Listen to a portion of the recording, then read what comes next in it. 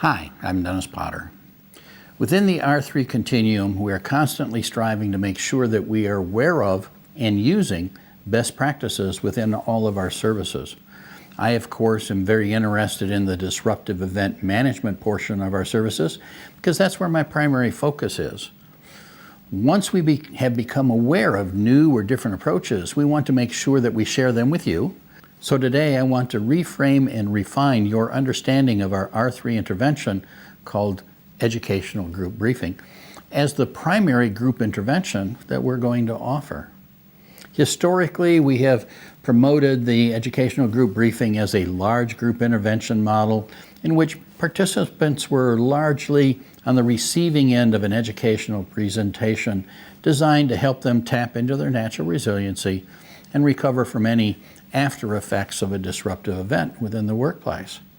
We would work with the on-site leadership to deliver the opening statements of fact around the event, have them introduce us as representatives of the Employee Assistance Program, and then we would launch into our psychoeducational spiel, covering issues like the introduction and statement of condolence, explain some of the most common reactions that people have, and kind of list some of those out.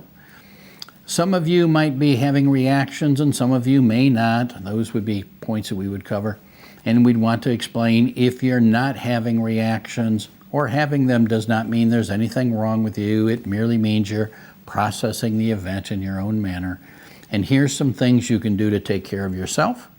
Here are some things you can do to take care of each other. And here are some things you can do to take care of your colleagues who might be more impacted by the event. Sound familiar? I hope so. But other than perhaps the opening and ending of the presentation to questions, it's largely was seen as a passive experience for employees and in fact has been promoted as the most appropriate for employees in the second or third tier of the event rather than people most affected by the event. Now this approach has worked pretty well, but I've come to believe that we can substantially improve it and make it the primary group approach for all employees, whether directly involved in the event or perhaps more further removed from it. So how do we do that? Good question. We do that by inserting some open-ended questions, some of which we might expect people to nod or raise their hands, acknowledging that they have or have experienced the reactions, and some that we might expect that some of them might answer. But unlike the interactive group briefing, when they answer the questions, we are not expecting them to self-disclose or further discuss the issue. So how does this work? What is the structure that we should now be using?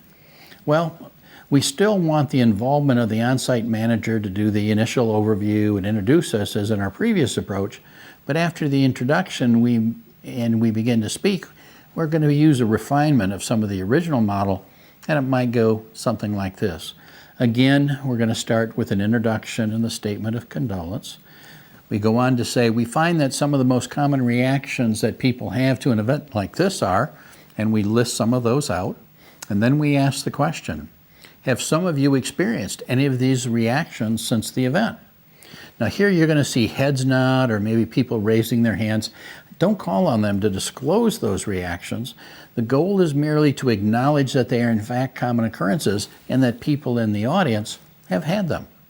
Your task here is to validate that some people have experienced them on a continuum of little reaction to significant reaction, but not necessarily to have them discuss them in any kind of detail. You might go on to say some of you might have reactions, some of you might not. And again, if you are having reactions or not having a reaction, does not mean there's anything wrong. It merely means that you are processing the event in your own manner. Have any of you experienced anything like this in your life? So we want to tailor that question to what the event is. You need to tailor the question. If there's a result of a completed suicide of a colleague, you might ask, has anybody experienced a friend or family member having completed suicide?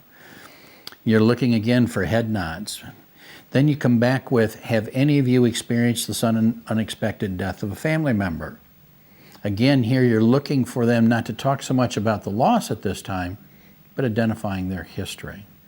And then you go on to say, for those of you who have experienced this type of event, think back for a moment about things that you did or what people said to you that was most helpful for you to get back to your more normal self. And give them a moment to think about it. And then come back with, would any of you be willing to share it? And again, as some of these folks share their disclosure, it's not extensive self-disclosure, merely focusing on what was helpful. You may repeat or validate what they have volunteered. Sometimes you can expand it a little for teaching. Sometimes you can reframe it a little bit. And generally speaking, when I do this, I'm looking for 3 or 4 examples at a minimum, and not everybody's expected. Because if you get 3 or 4, you probably typically have covered most of the core kind of issues. Following up with that then, for those of you who have experienced this type of an event, think back for a moment of things that you did or what people said that was not so helpful for you to get back to your more normal self. Again, no extensive self-disclosure, merely what was not so helpful. Repeat what they've volunteered, and sometimes, again, you can expand it a little, you can refine it a little, because we're, again, looking for 3 or 4 examples kind of as a minimum, not too long. So then you may go on to say, here's some other things that you can do to take care of yourself that other people have found helpful. Things that you can do to take care of each other. Here's some things you can do to take care of your colleagues who might be more impacted by the event. Okay? Reassure in everything that you do that you fully expect everyone will be able to move past the reactions they're having at this moment. You thank them for sharing the time with you and state, if anyone has any further questions about anything I've talked about, I'm going to be available at whatever location you will be. So these changes may seem minor, but they have a very powerful effect on the participants.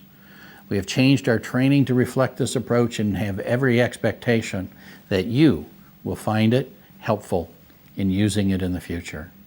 Thank you for watching this edition of Inside Crisis.